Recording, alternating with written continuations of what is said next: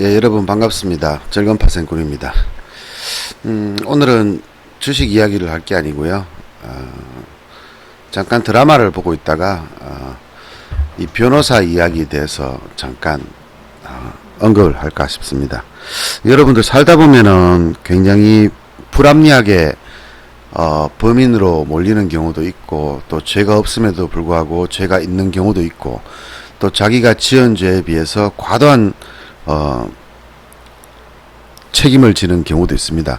이럴 때 필요한 게 변호사거든요. 그래서 제가 오늘 변호사에 대한 이야기를 쭉 적어 나가다가 이것은 다른 분들도 혹시나 이런 경우가 알아야 될 기본적인 상식이니까요. 여러분들도 알고 있으면 좋을 것 같습니다. 지금 쭉 내용을 한번 적었어요. 그죠? 이 변호사라는 것은 국선과 사선 변호사가 있다.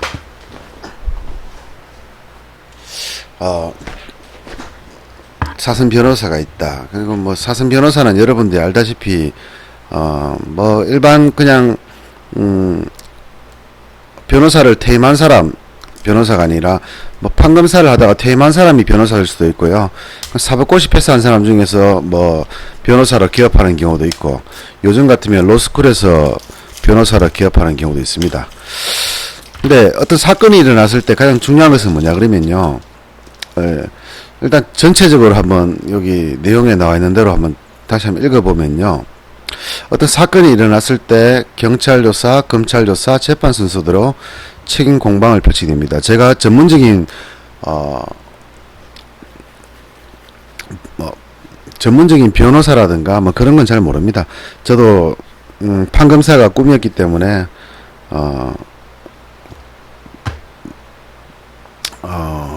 대학교 들어갈 때도 법대를 지원을 했었고요. 비록 물론 뭐 떨어졌지만은 좋은 데를 가고 싶었는데, 그게 등록금이 좀 싼 데를 가고 싶었거든요. 그래서 국립을 가고 싶었어요. 여러분들이 알고 있는 국립이 여러 가지 있지, 그죠? 저도 그 국립을 가려고 하다가 일반 사립대학교에서는 붙었었지만 국립대는 떨어졌습니다. 그래서 등록금을 낼 돈이 없어 가지고요, 지원을 많이 낮춰서 다른 쪽으로 제가 나가다가 지금 이렇게 되는데요. 그래서 제가 예전에 법에 대한 관심이 되게 많습니다. 그리고 제가 2년 동안 군 생활을 경찰서에서 하면서 경찰서 상황실에서 제가 근무를 했거든요. 그래도 경찰서 상황실은 그래도 머리 좀 좋은 놈들이 하는 겁니다. 예, 경찰서에 무전도 하고 이런 내용이 있어가지고, 어쨌든 제가 경찰서에 있으면서 여러 가지 사건들을 많이 봤는데, 그리고 상황 일지도 적고 또는 출동도 하지만 뭐 어떤 뒤처리 같은 거 있잖아요. 그죠? 어떻게 처리하는지에 대한 부분을 알게 되고, 또 경찰관 그 당시에 있던 경찰관들이 저보고 경찰을 해라, 형사를 해라. 그래서 시험을 쳐서 형사, 그 당시만 해도 시험 쳐가지고 형사하는 거는 간단했거든요. 그래서 시험 쳐서 경찰을 하라고 경찰서장도 따라오면서 저보고 야, 너 경찰이라 얘기했었거든요.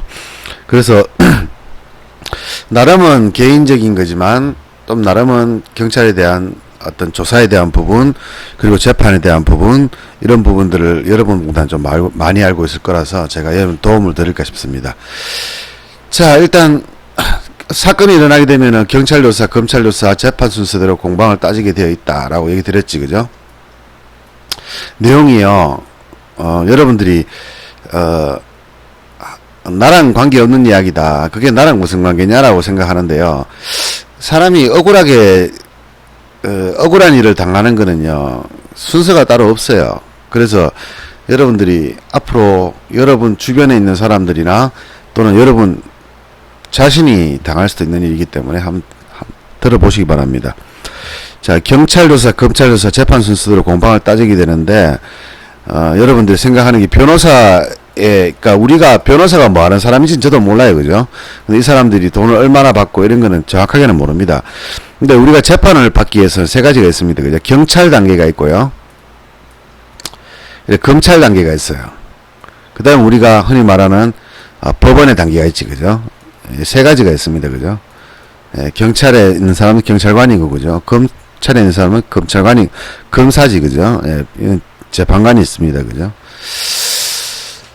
변호사가 가장 필요한 부분이 어느 부분일까? 여러분들, 우리가 흔히 말하면은 일반 변호사라 그러면은 사선 변호사가 있고요. 여기 국선 변호사가 있습니다. 이렇게 두 가지로 나눌 수 있는데요. 모든 사람은 재판을 받을 권리가 있기 때문에 변호사가 선임되지 않고서는 재판이 진행되지가 않습니다. 근데 실제로 재판이 필요한 경우가 어디냐 하면 경찰 단계거든요. 이 단계에서 반드시 변호사의 조력이 필요합니다.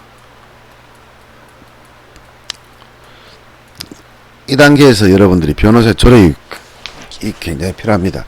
지금 우리나라에 일어나는 범죄들 있잖아요. 예를 들어서 버닝썬 사건, 그 다음에 지금 고유정의 사건, 그리고 또 강력 사건. 그러니까 일반 범인들이, 우리가 흔히 생각하는 일반 사람들이 저지른 범죄를 얘기하는 게 아니고요. 고위관직이라든가 정치인들, 재벌들, 그리고 좀 끝발 있는 사람들, 연예인, 이런 사람들이 여러분들 재판 결과가 나오면은 굉장히 이례적인 결과가 많이 나옵니다. 그죠? 요번에 황하나 사건과 박유천 사건입니까? 둘 다 집행유예로 풀려났지, 그죠? 예, 언론에서는 그렇게 떠들고 엄청나게 시끄럽게 떠들고 비난을 했는데 여기에 들어가 보니까 뭡니까? 너는 죄는 있지만은 그 집행을 유예한다. 집행유예가 뭡니까, 여러분? 집행유예. 집행을 유예한다는 얘기지, 그죠? 이거하고 무죄하고 차이가 뭘까요? 같은 말은 아닙니다, 그죠? 집행유예와 무죄 차이가 뭘까요? 얘는 그대로 징역형입니다. 다만 그 형을 유예를 해주는 거예요. 유예라는 것은 미뤄준다는 얘기예요. 집행유예 2년이라는 뜻은 뭡니까? 2년 안에 같은 사건을 저지르지 않으면 이 사건은 없던 걸 해줄게, 이겁니다. 이거하고 비슷한 게 뭐였습니까? 여기 있지, 선고유예가 있지, 선고유예, 그죠? 얘는 검찰에서 할 수 있는 겁니다. 선고유예. 우리 이런 거 많이 봤습니다. 검찰에서 어떤 사건이 일어나가지고 검찰에다가 송치를 합니다. 그죠? 송치를 했는데 선고유예로 딱 떨어지면서 재판 여기까지 가지 않고 선고유예로 떨어지는 경우가 많습니다. 이런 거 여러분들 많이 보셨지, 그죠? 뭐 예를 들면은 남성 성매매 초범인 경우에는 뭡니까? 선고유예가 떨어지죠. 쉽게 하면 이 선고유예는 어떻게 됩니까? 5년 동안요, 동종의 사건을 일으키지 않으면 이 사건에 대해서 더 이상 책임을 묻지 않겠다는 얘기지, 그죠? 검찰에서 할 수 있는 게 선고유예, 법원에서 할 수 있는 게 집행유예지, 그죠? 두 개 다 어떤 경우입니까? 봐주는 겁니다, 그죠? 네, 봐주는 거예요. 둘 다 봐주는 거예요. 재벌 2세에서 가장 많이 떨어지는 게 이런 거지, 그죠? 근데 이게 언론화 돼버리면 어떻습니까? 이렇게 떨어지죠. 집행유예 떨어지죠, 그죠? 근데 둘 다 공통적인 건 뭡니까? 봐주는 거예요, 그냥. 이거하고 무죄하고는 엄연히 틀립니다. 그렇지만 결국 봐주는 건 똑같은 거다, 그죠? 근데 이 사람들이 어떻게 이 사건에 대해서 집행유예를 받을 수 있냐라고 봐야 되니. 지금 고유정의 사건 같은 경우도 그렇지 않습니까, 그죠? 고유정의 사건. 분명히 증거도 있고, 증거도 있습니다. 증거만 있으면은 더 이상 할 말이 없지, 그죠? 근데 이 사람이 높은 형량을 받으려면 조금 아리까리하다는 거지, 그죠? 사람을 잔인하게 살해를 했는데 불구하고 이 사람이 높은 형량을 받으려면 살인을 입증을 해야 됩니다. 살인을 입증하려면 뭐가 필요합니까? 시신이 필요한 거지, 그죠? 근데 이 시신을 누가 초동 단계에서, 경찰의 초동 단계에서 시신 확보하는 방법을 할 수 있는 기회를 놓쳐버렸어요, 그죠? 뭔가 좀 교묘하지, 그죠? 경찰이 일반 사람들이 하는 일에 대해서는 그렇게 안 하는데 왜 꼭 돈 있는 사람들이 대해서는 그렇게 되는 건가? 버닝썬 사건도 그렇지, 그죠? 그래서 경찰들이 욕을 먹고 있습니다, 지금. 왜 있는 사람한테는 굉장히 약할까? 물론 뭐 경찰이 고의라고 생각하지 않지만, 근데 이런 사람들이 어떻게 해서, 예를 들면은 일반 사람들이 똑같은 일을 저질렀으면 사형이 나올 사건인데 어떻게 이런 사람들은 이게 만약에 뭐 징역 5년, 징역 8년, 최악의 경우 사람을 죽여도 뭡니까? 집행유예 떨어지지, 그죠? 얼마 전에 한 사건 있었지, 그죠? 남자가 여자를 죽였습니다. 근데 합의를 봤어요. 그러니까 뭡니까? 집행유예가 떨어져 버렸어요. 판사가 하는 말이 뭡니까? 아주 이례적인 일입니다. 아주 이례적인 일이나 초범에다가 반성도 하고 있고 합의됐기 때문에 집행유예를 떨어진다는 뉴스가 있었지, 그죠? 그럼 우리나라 법에서는 누가 용서를 합니까? 판사가 용서하는 거죠. 판사는 당사자입니까? 아닙니까? 아니지, 그죠? 당사자가 아닌데 당사자는 죽을 수 없어요. 근데 당사자 가족하고 가해자끼리 합의를 보면 판사가 용서를 해줍니다. 이상한 법이지, 그죠? 미국 같으면 이런 경우는 240년, 300년 이래 나옵니다. 우리나라는 그런 형이 없어요.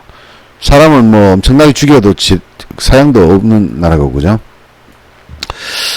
자, 어쨌든 이거는 중요한 내용이 아니고요. 자, 어떻게 그 사람들은 우리보다 더 나은 조건에서 더 나은 재판 결과를 받을 수 있냐 이거지, 그죠? 자, 그러면 변호사가 가장 필요한 단계가 어디라 그랬습니까? 2단계라 그랬죠. 경찰 단계, 그죠? 경찰 단계에서 변호사가 왜 필요하냐를 제가 설명 한번 드리겠습니다. 자, 경찰서에서 많이 봤거든요. 근데 대부분의 사람들이요, 어떻게 하는지 압니까? 자, 이렇게 경찰에서 조사를 받고 검찰이 재조사를 하는 경우도 있습니다. 자, 검경수사권 얘기 나오는데요. 자, 수사권은 누가 있습니까? 우리나라의 수사권은 누가 있습니까? 경찰의 수사권이 있습니까? 없습니까? 자, 수사권하고 기소권이 있는데요. 경찰은 수사권도 없습니다. 기소권도 없습니다. 누가 가지고 있습니까? 검사가 가지고 있습니다. 경찰은 검사의 지휘를 받는 거죠. 근데 이 검사는 경찰이 예를 들어 어떤 초동 사건을 인식을 하게 되면 검찰에 보고를 합니다. 그러면은 이 검사는, 담당 검사는 수사를 하라고 지시를 합니다. 이런 걸 이렇게 되어 있거든요. 근데 경찰이 어떠한 사건을 인식을 해서 검찰에 올렸는데 검사는 뭡니까? 수사하지 마 할 수 있습니다. 왜? 수사권이 누구한테 있다? 검찰에 있기 때문에. 경찰에는 아무것도 없어요. 수사권도 없고 기소권도 없어요. 그럼 어떤 사건이 일어나는데 이 사건을 수사를 하는 데 있어 가지고는 뭡니까? 검찰이 우선이라는 얘기지, 그죠? 검찰이 우선이고 검찰이 경찰한테 너 수사해봐 이렇게 얘기한다는 얘기죠. 수사를 지휘한다고 얘기합니다. 그럼 경찰은 수사하겠지, 그죠? 근데 여기서 이렇게 넘어왔다가 통상 이렇게 넘어간단 말이죠. 법원으로, 그죠? 법원으로 넘어간단 말이죠. 그러면 사람들이 이 자리에서 나오는 게 있지, 그죠? 억울하다는 얘기는 억울하다. 판사님 억울합니다. 판사님 억울합니다. 판사님 억울합니다. 근데 이 억울한 거를요, 봐줄 수 있는 사람이 누굽니까? 변호사란 얘기. 사선 변호사, 국선 변호사. 돈 있는 사람은 사선 변호사고, 돈 없는 사람은 국선 변호사를 법원에서 지정을 해줍니다. 지정을 할 수도 있고, 혹은 본인한테 몇 사람한테 이 사람들 중에서 네가 선택하라고 하는 경우도 있습니다. 각 법원에는 보면 국선 변호인들이 명단이 있습니다. 그 명단을 보고 본인이 선택을 하거나 아니면은 법원에서 지정을 해줍니다. 근데요, 이 변호인들이 할 수 있는 일이요, 드라마에서 제가 드라마를 잠깐 보니까 현장에 가봅니다. 그리고 주변에 있는 목격자들하고 상담을 합니다. 그 다음에 사건 기록을 다시 데려다보고 뭐 합니다. 이제 이게 여러분들이 알고 있는 드라마지, 그죠? 드라마상의 변호사. 실제로 재판을 들어가 보면 어떠냐 그러면요, 재판에서는 이거 없습니다. 판사님, 위 변호인은 이러한 죄로 실제적으로는 사건을 저지르지 않았음에도 불구하고 이렇게 되어 있습니다 라고 얘기하는 변호사 아무도 없습니다. 그렇게 말할 수도 없습니다. 왜냐 그러면 미리 제출된 서류, 사건 전에, 재판 전에 미리 제출한 증거와 서류에 따라서 이 서류만으로 재판을 합니다. 그러니까 뭐 판사님이 어떻고 검사님이 어떻고 이런 말 필요 없습니다. 그냥 이거 인정합니까? 아니요. 알겠습니다. 검찰 할 말 있습니까? 뭐 어쩌고 사건 기록 어떻습니다. 이에 대해서 변호사 할 말 있습니까? 아니요. 알겠습니다. 그리고 나서 다음에 2차 공판을 하겠습니다. 다음에 최종 결심을 하겠습니다. 결심 공판을 하겠습니다. 라고 얘기하고 나는 가만히 있었어요. 나는 가만히 있었고 나를 대신해서 누가 했습니까? 이 국선이든 사선이든 변호사가 대신 재판상에서 말을 했습니다. 근데 나도 할 말이 있어요. 하고 싶은 말이. 근데 이 국선 변호사는 뭔가 좀 부족합니다. 그죠? 이 국선 변호사에게 사건을 맡기면요, 이 국선 변호사가 여러분들을 만날 것 같습니까? 만나지 않을 것 같습니까? 여러분들 만날 일 없어요. 만나는 날은 언제입니까? 재판에 들어간 날입니다. 여러분이 재판에 들어온 날, 재수 좋으면 재판 전에 5분 10분 전에 이 변호인하고 얘기하면 할 수 있습니다. 재수 없으면 아무 내용도 모르고 그냥 재판에서 만나게 되어 있습니다. 그러니까 뭡니까? 검사와 판사가 있고 내가 있지 않습니까? 그죠? 내 옆에는 변호사가 있겠죠. 이 사람들이 한통속이지, 그죠? 한통속입니다. 어떤 의미에서? 법에 의해서 한통속입니다. 법에 의해서. 여기서 대빵은 판사고요. 부대빵은 검사고요. 그리고 갑을도 아닌 병도 못 되는 사람이 변호사인 거지, 그죠? 이게 일반 국선 변호사를 얘기하는 겁니다. 그럼 나는 뭡니까? 이 변호인이, 내 옆에 있던 이 변호인이 내가 하고자 하는 말을, 내 의도와 내가 하고자 하는 말들을 해 줄 것이라고 여러분들 생각하잖아요. 국선 변호사라는 사람들이. 근데 이 드라마, 파트너라는 드라마 보니까 그게 나오는 거예요. 얘가 지금, 로펌에 있는, 흐르만 로펌에 있는 유명한 재벌 아들이고요. 이 아줌마는, 자녀가 딸린 미혼모입니다. 미혼모인데 알고 보니 또 변호사라. 황당하지, 그죠? 예, 뭐, 변호사 따기가 뭐, 그냥 뭐, 동네 뭐, 개나 소나 다 따시는지 모르겠지만, 드라마는 그렇습니다. 알고 보니까 동네에 그냥 막 싸움 좋아하는 여자였는데, 얼굴도 이뻐요. 근데 얘가 알고 보니까 변호사라. 근데 얘 희한하게 보면은 삼류 로펌에서 살고 있는데, 차도 연락이 좋은 거 타고 댕겨. 옷도 깔쌈하게 댕겨. 근데 얘는 사건도 없는가 봐. 국선 사건 한 개 가지고 현장을 찾아다니면서 지금 쉽게 얘기하면 그 사건을 맡아서 자기가 해결했다는 얘기죠. 자, 국선 변호사가 사건을 맡아서 변론을 해주면 얼마 받습니까? 30만원 받습니다. 30만원. 실비지, 그죠? 자, 여러분들이 알고 있는 국선 변호사라는 사람은 일당 30만원. 일당이 아니지, 그죠? 그 사건당 30만원 받는 사람이에요. 사건당 30만원. 사건 많이 맡아야 되겠죠. 그죠? 근데 사건 어떠한 사건 하나에 서류가요, 보통 뭐 수백 페이지, A4 용지로 수백 페이지 정도 됩니다. 빡빡한 글자로 수백 페이지가 됩니다. 그죠? 뭐 더 많은 경우도 있을 거고요. 증거가 많은 경우에는 더 많을 거고, 증거가 적은 경우에는 좀 적을 수도 있지만, 그래도 여러분들 생각하는 대학교 교재 있지, 그죠? 두꺼운 대학교 교재 한 권은 됩니다. 어떤 사건에 대한 진술, 증거, 뭐 이렇게 쭉쭉쭉 나가면은 두꺼운 책 한 권 이상은 됩니다. 최소. 많은 경우에 뭐 요번에 뭐 지금 우리나라 대통령들 있잖아요, 그죠? 우리나라 대통령들 재판받고 있는데 그 사람들에 대한 조서는 A4 용지, 대학교 교수, 대학교 교재 한 수천 권 되는 거지, 수천 권. 예, 변호인들이 그거 읽는 것만 해도 몇 달 걸립니다. 수천 권에 수천 권. 수천 권까지는 안 되겠지만, 수백 권은 될 겁니다, 아마. 엄청납니다, 자료가. 했던 말들 다 키핑에 올려놓고, 네가 했는 말, 내가 했는 말 다 올라져 있고요.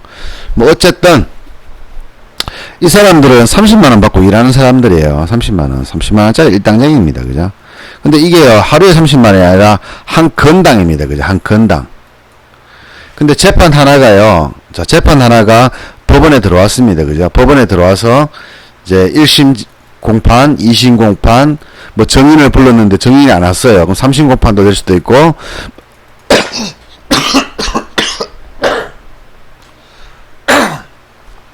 뭐 4심도 있을 수 있고, 뭐 5심도 있을 수 있고, 쭉 있고, 이제 결심 공판이 나오거든요.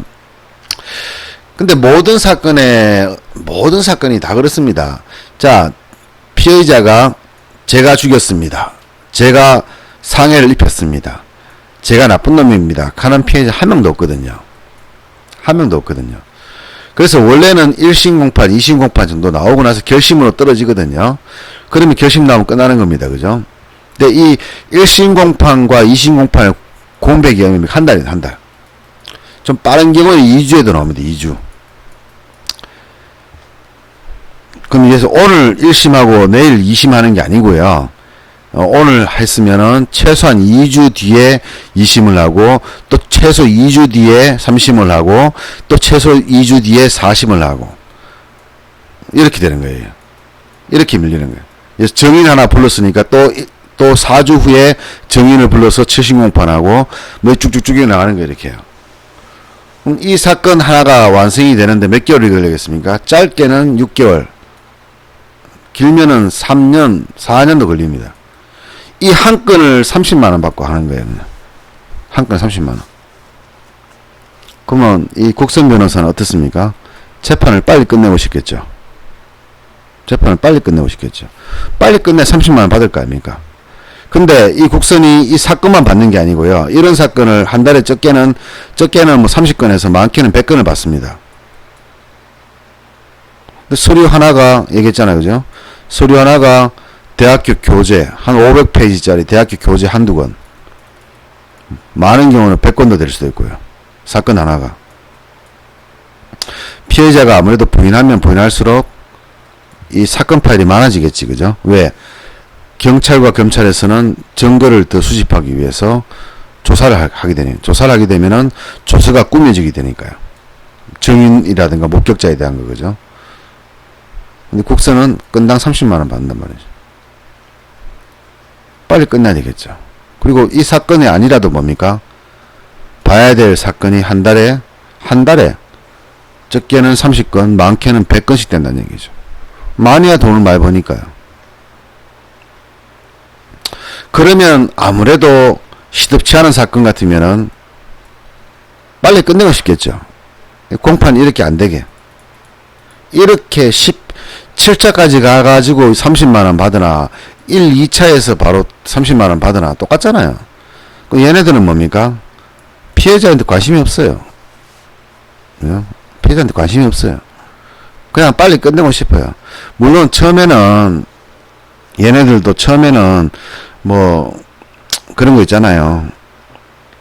내가 법을 하는 사람으로서 억울한 사람이 없게 하겠다. 뭐 노무현 대통령, 문재인 대통령 뭐 이런 사람들 그렇잖아요.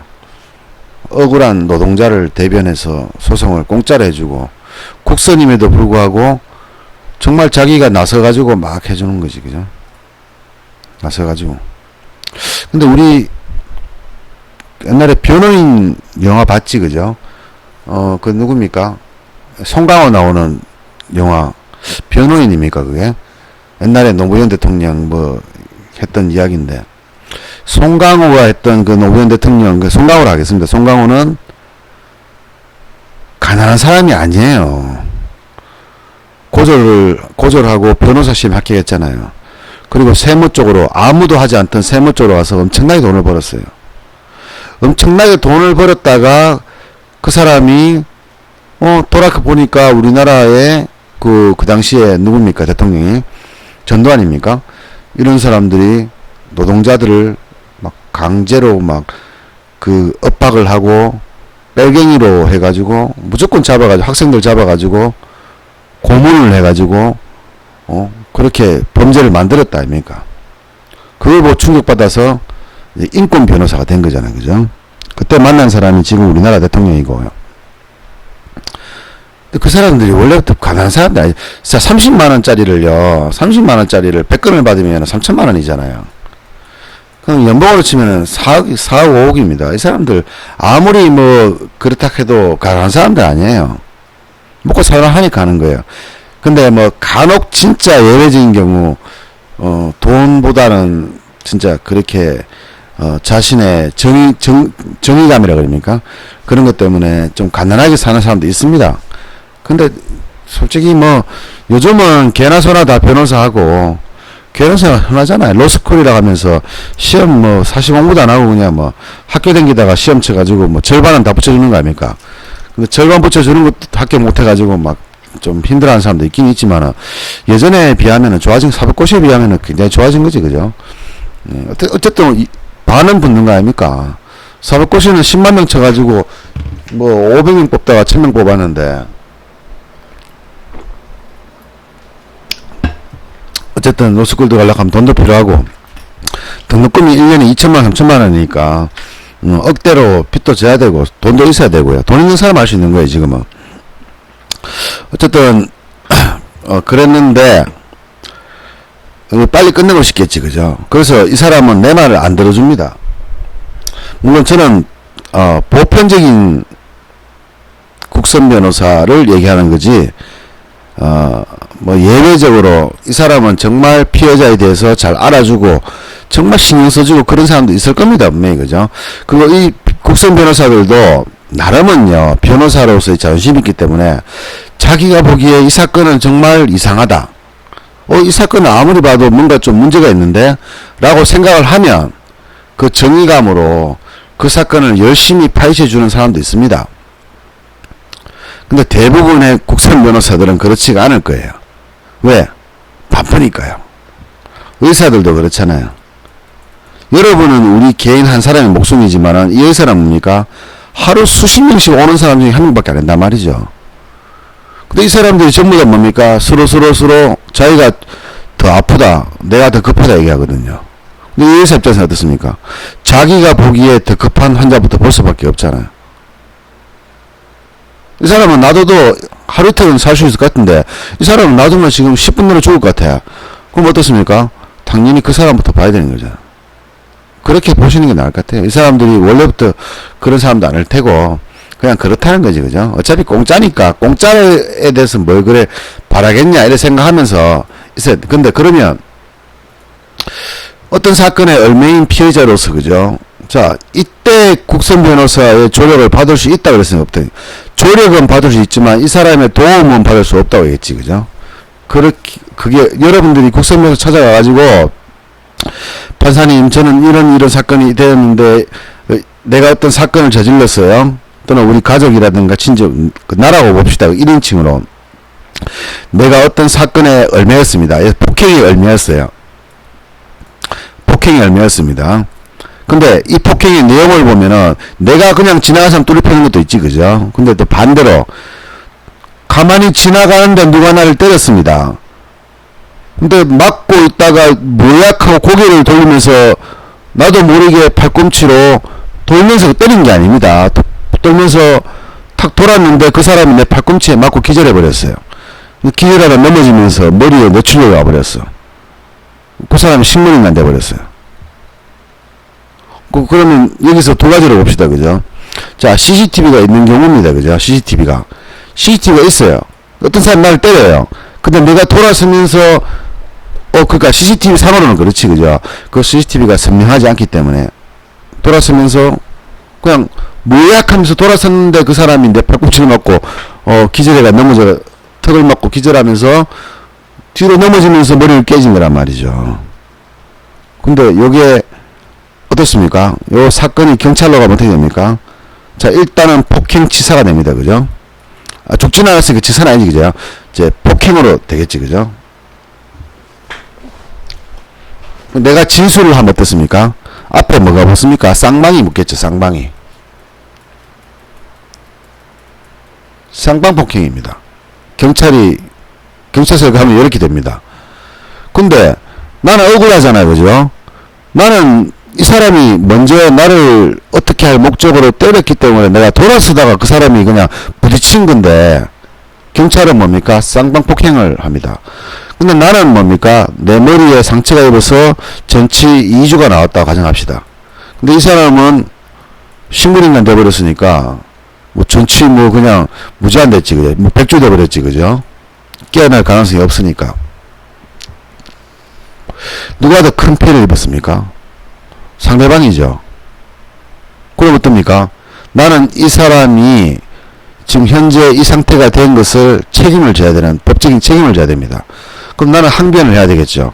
나는 맞은 사람이었고 돌아서는 순간에 실수가 아니죠. 돌아서다가 보니까 팔꿈치를 들고 돌리는데 그 사람이 팔꿈치에 맞고 그냥 기절해버린 거죠.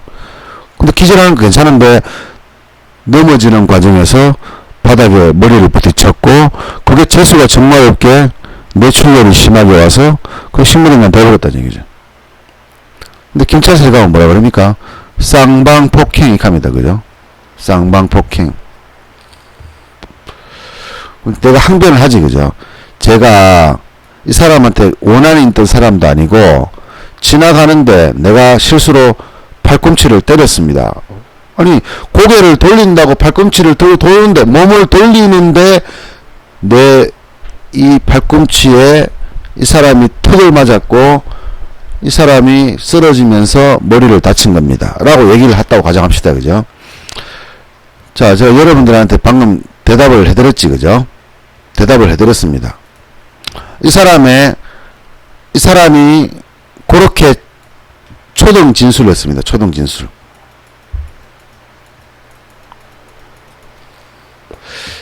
맨 처음에 한 진술이라는 얘기, 그죠? 맨 처음에 한 진술. 어떤 사람이 나를 때렸고 돌아서다가 팔꿈치에 그 사람이 맞아서 넘어져서 머리를 다친 거다. 자, 이거 여러분들 생각 어떻습니까? 자, 이 사건의 결과는 어떻겠습니까? 결과. 자, 나를 A라고 엄연하게 구별을 지면요, 나와 A라는 사람의 사건입니다. 그죠? 나와 A라는 사람의 사건. 결과는 뭡니까? 나는 처벌을 받습니다.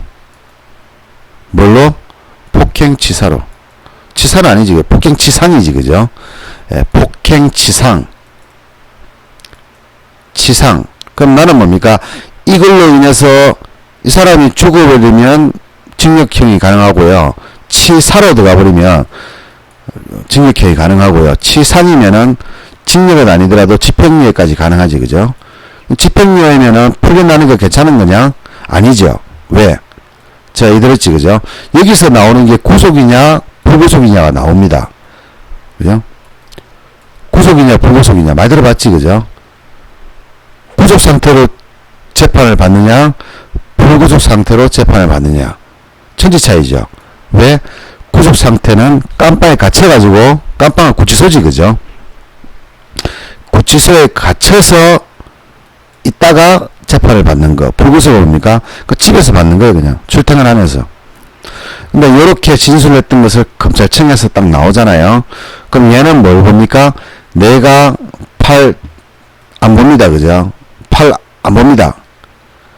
팔로 쳐서 넘어진 거네. 너 폭행 치상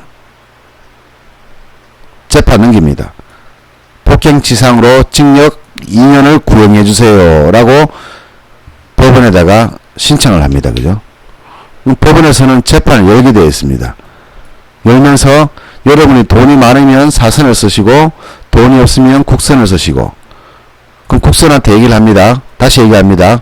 내가 길을 가는데 이 사람이 나를 쳐서 쌍방으로 폭행을 했습니다. 그러면 국선은 뭡니까? 머릿속에 뭐 떠오릅니까? 쌍방 폭행이 떠오릅니다. 그죠? 그리고 나는 어머니를 여의고 동생을 모시고 있고 가정 혼자서 제가 동생을 키우고 있고 구구절절 어머니는 무릎이 아프시고 아버지는 머리가 아프시고 뭐 구구절절 얘기하지 그죠? 그럼 이제 요거 딱 쓰면은 요쭉 보면은 변호사가 말을 끊어버려요. 최선을 다해서 변호를 해드리겠습니다. 하고 끊어요. 그리고 이렇게 되는지 안 되는지는 모르겠는데 저도 얘기만 들은 거거든요.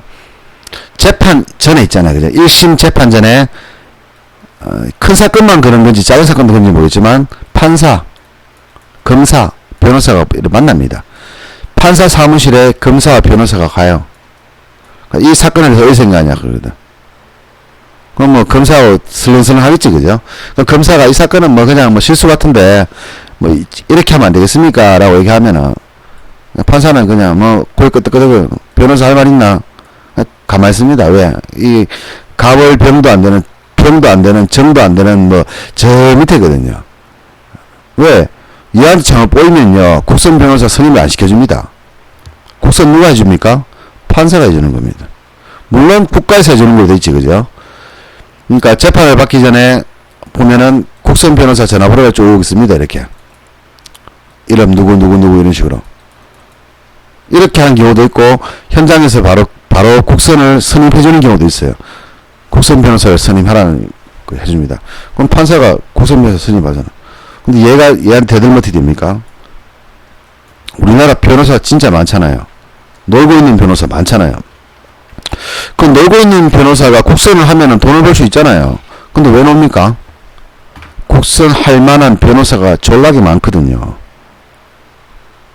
국선조차도 못 받는 변호사가 많다는 얘기예요.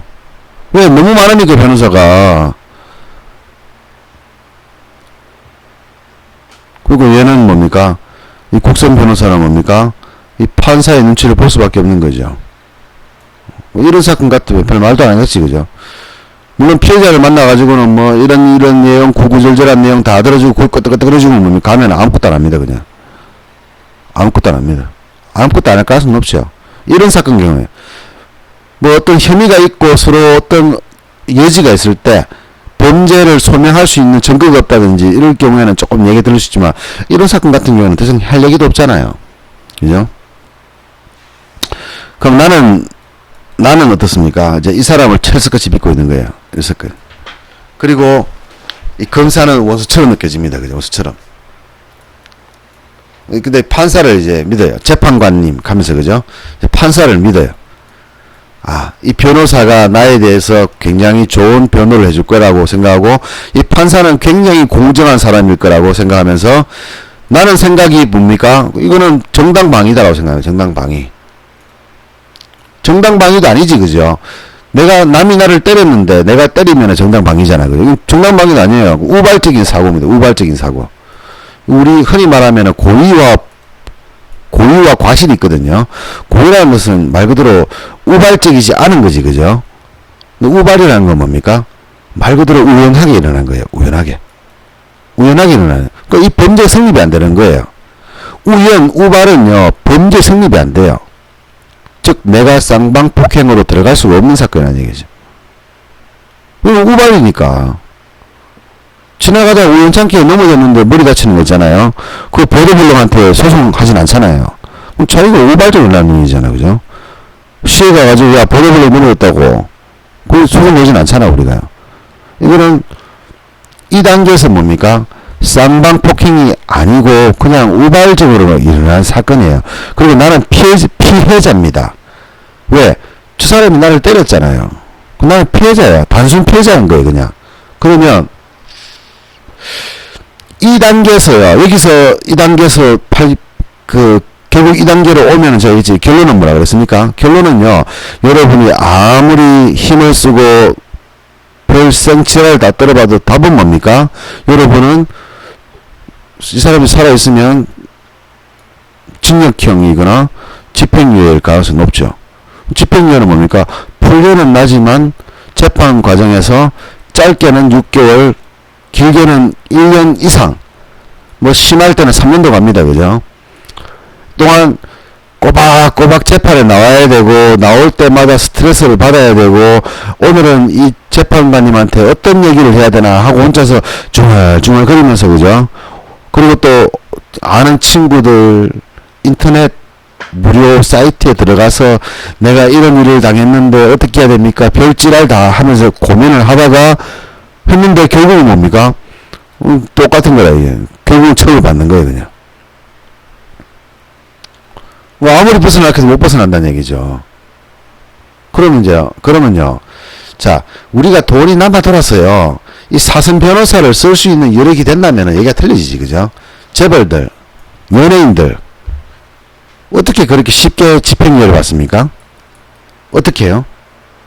또는 집행유예이거나 검찰당에서 선고유예 또는 집행유예 어떻게 이렇게 쉽게 받습니까? 재벌들과 관련 있는 돈 있는 사람들은 2단계에서요 얘들을 쓴다는 얘기죠. 2단계에서 얘기했잖아. 초등수사라고 했잖아요. 초등수사. 초등수사 단계에서 얘네들이 등장을 하는 겁니다. 어떻게 얘기합니까? 자, 경찰관과 여러분, 즉 내가 같이 있잖아요. 조사를 받잖아요. 그죠? 나가 조사를 받잖아요. 그럼 이 사람 나한테 묻겠죠. 그럼 난 이 사람은 답을 해야 되잖아요. 그죠? 근데 우리에게는 가장 좋은 게 뭐 있습니까? 묵비권이라는 게 있어요. 묵비권. 근데 여러분들이 생각을 잘못하고 있는 게 하나 있어요. 묵비권을 행사하면은 괘씸죄로 걸릴 거다. 이렇게 얘기합니다. 그죠? 그러니까 우리는요, 법에 대해서 너무 모르는 거예요. 너무 모르는 거예요. 법적으로 괘씸죄라 하는 것은 존재하지가 않습니다. 물론 재판 결과, 재판관이 하는 말 중에서 반성의 기미가 없고 이런 말 있지, 그죠? 반성의 기미가 없다. 이게 흔히 말하면 괘씸죄거든요. 근데 이 형량조차도 법에 정해져 있습니다. 법에 정해져 있는 한도 내에서 들어가고 판례에 나와 있는 형법에 맞춰서 들어가는 거예요.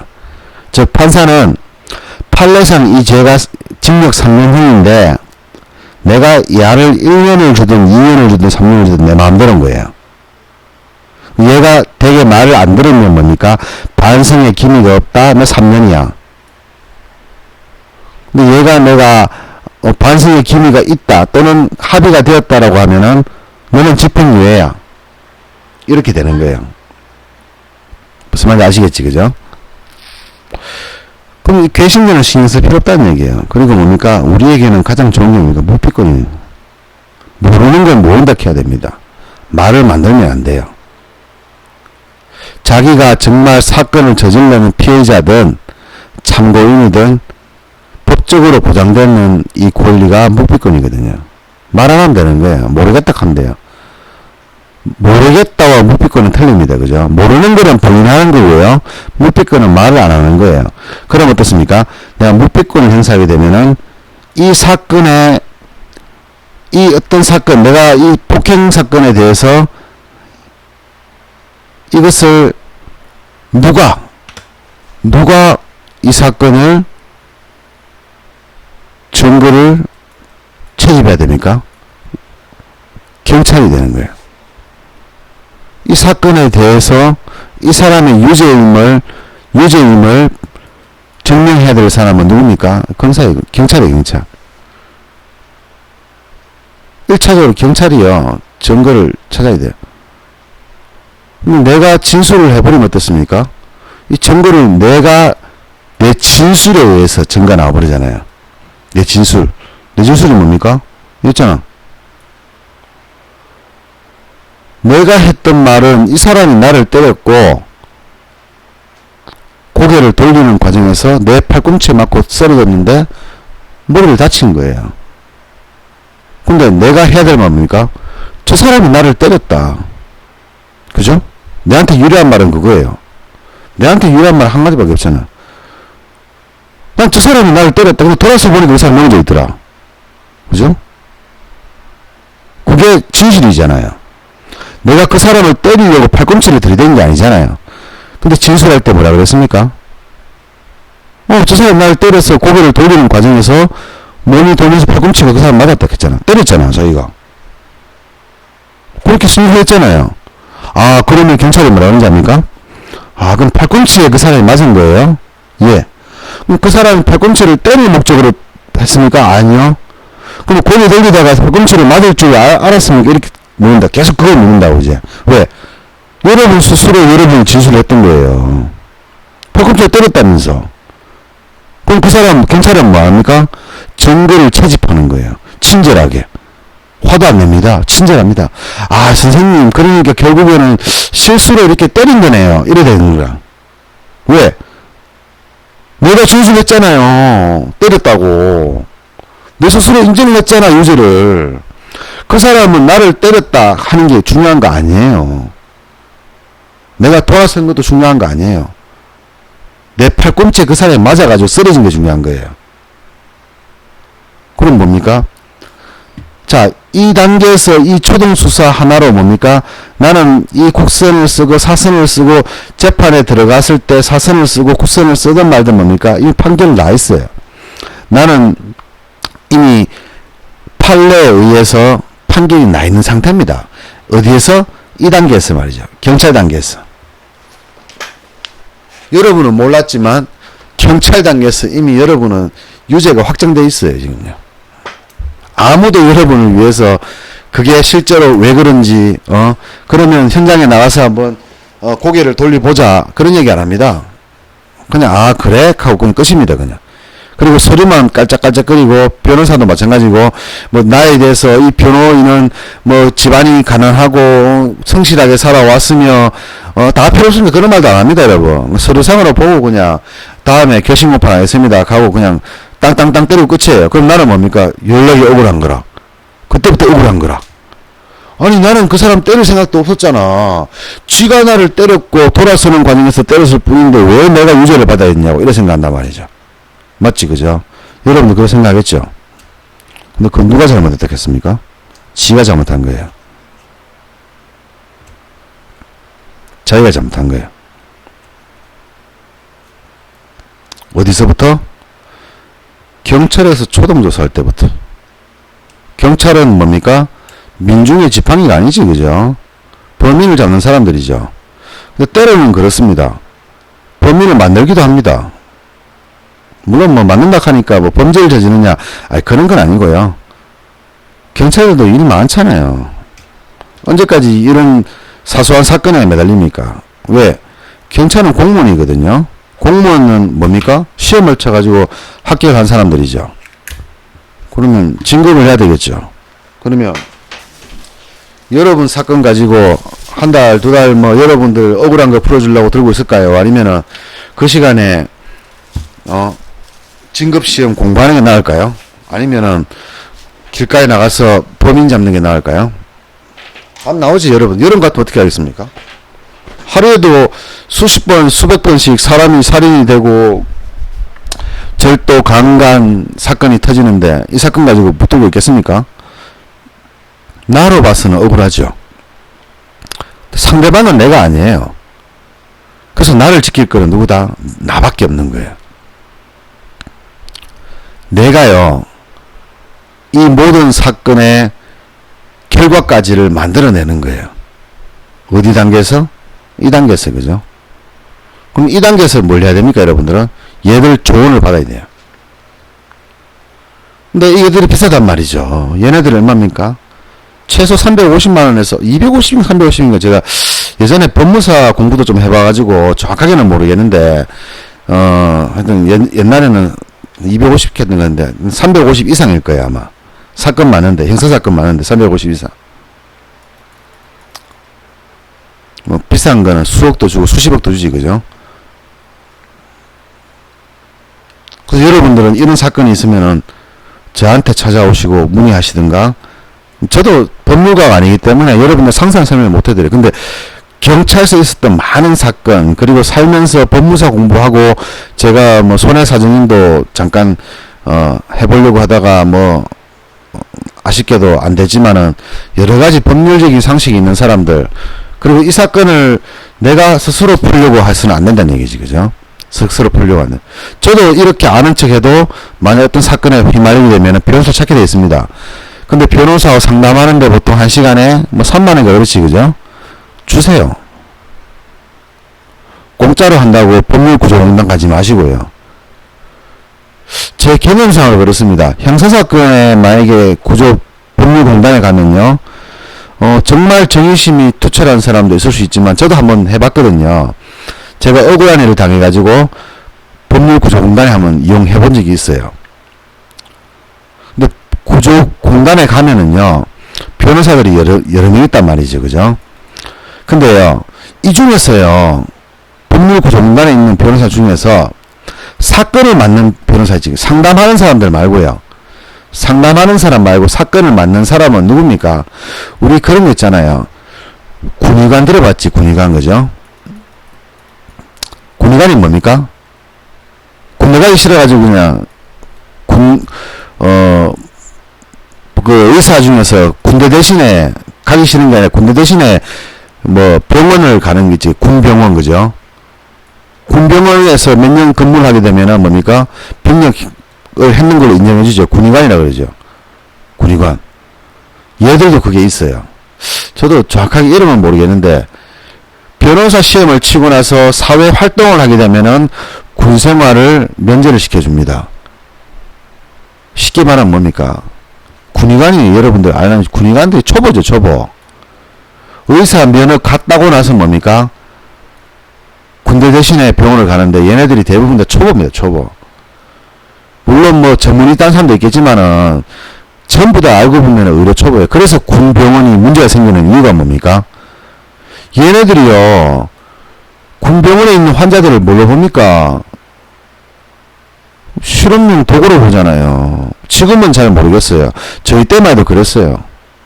제가 무릎 수술했거든요. 저는 없던 말 하지 않습니다. 제가 군대에 있을 때 사고가 터져가지고 무릎 연골이 파열이 됐어요. 연골판이지, 정확하게 바늘상 연골판이라고 하지. 연골은 멀쩡하고요, 양옆에 있는 바늘상 연골판이 파열이 됐습니다. 그러다 군병원에 가서 수술을 했는데요, 수술하고 나와서 군의관이 처음 하는 말이, 그 무릎 수술하다 보니까 이상한 인대가 하나 있더라고, 앞쪽에.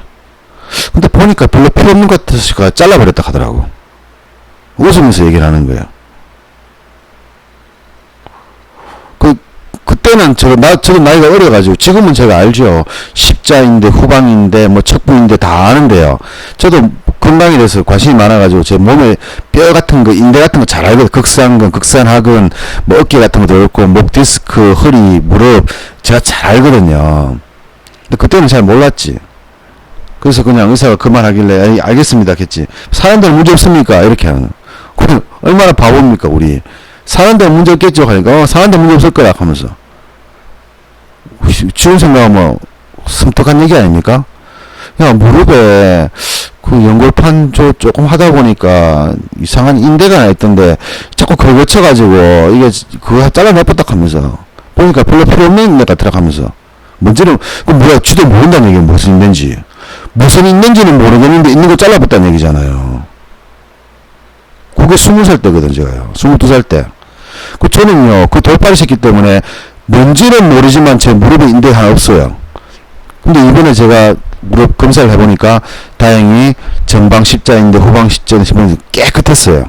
다행히 그 돌팔이 새끼가 큰 거를 끊진 않았는가 봐. 뭐 이상한 거 끊었는가. 근데 그게 뭔지 몰라요. 근데 그게 우리 몸에요, 없어도 되는 거는 아무것도 없어요. 그 새끼가 뭐 하나 잘랐기 때문에 제가 이 관절염도 빨리 올 가능성이 높아요. 쥐도 모르잖아요. 나도 모르지만. 그런 실력 가진 놈들이 군의관이란 얘기예요. 초보 새끼들. 그런 사람들이 법률구조공단에 하면 있단 말이에요. 그걸 뭐라 그러지? 사법 변호사 그러나? 하여튼 뭐 그런 이름을 가지고 있는 애 있어요. 그럼 그런 애들이 국선 변호사를 대신해서 말로는 사승 변호사라고 얘기하면서 법률구조공단에서 이 재판을 해주는 애들이 있단 말이에요. 근데 얘네들이 초보예요. 의사로 치면 초보 의사라. 배운 거는 존나게 많고 머리도 좋은데 사람 배 짜본 걸 한 번도 없는 놈들이라. 그냥 뭐 교수들 하는 거 그냥 구경이나 했지. 지가 지 손으로 사람 배 짜보지 없단 말이에요. 이런 놈들이 재판을 하니까 뭡니까? 차라리 국선보다 못한 거예요. 국선은 경험이라도 많잖아요. 한 달에 몇십 건씩 하고 1년에 몇백 건씩 하니까 경험이라도 많잖아요. 얘네들은 뭡니까? 그 경험조차도 없는 아들이라면.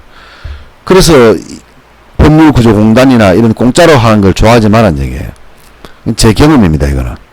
아닌 사람도 있겠죠. 근데 저는 그런 사람한테 걸렸어요. 짜증나요, 지금 생각해도. 그 결과가 안 좋았거든요. 차라리 국선이었으면 이 정도까지는 아니었을 텐데 라는 생각 지금도 많이 합니다. 제 경험 얘기예요. 그걸 비하할 생각도 없고요. 어쨌든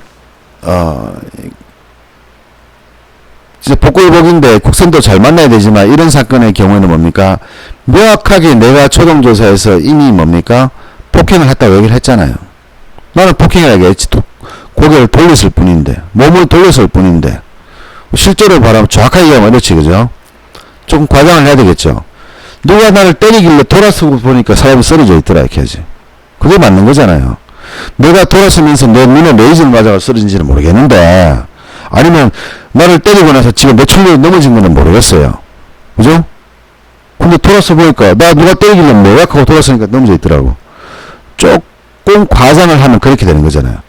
물론 실제는 뭡니까? 돌았을 때 손이 뒤로 가면서 팔꿈치를 맞고 쓰러진 거지만 그렇게 얘기하면 폭행이 되는 거잖아요. 그죠? 내가 얘기하면 폭행이 되는 거잖아요. 근데 변호인이 만약에 왔어요. 자, 우리 의뢰인은 누군가에서 폭행을 당했는 사람입니다.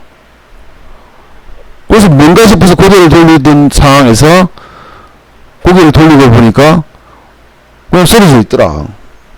이렇게 이야기해주는 사람들이 이 사람들이란 말이죠. 그래야지 뭡니까? 2단계에서 뭡니까?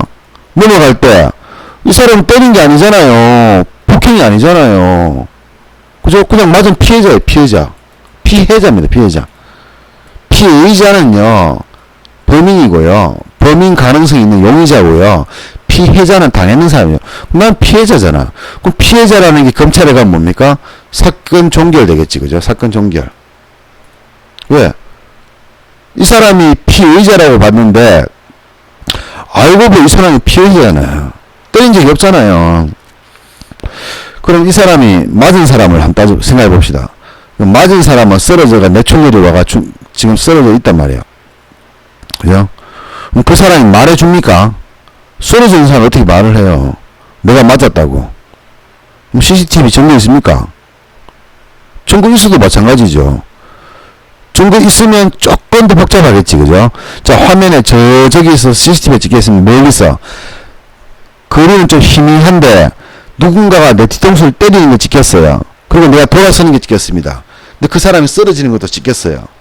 근데 그 말도 맞지, 그죠? 제 말이 맞잖아요. 누가 나를 때리길래 돌아섰는데 그 사람 넘어 있더라. 맞잖아요.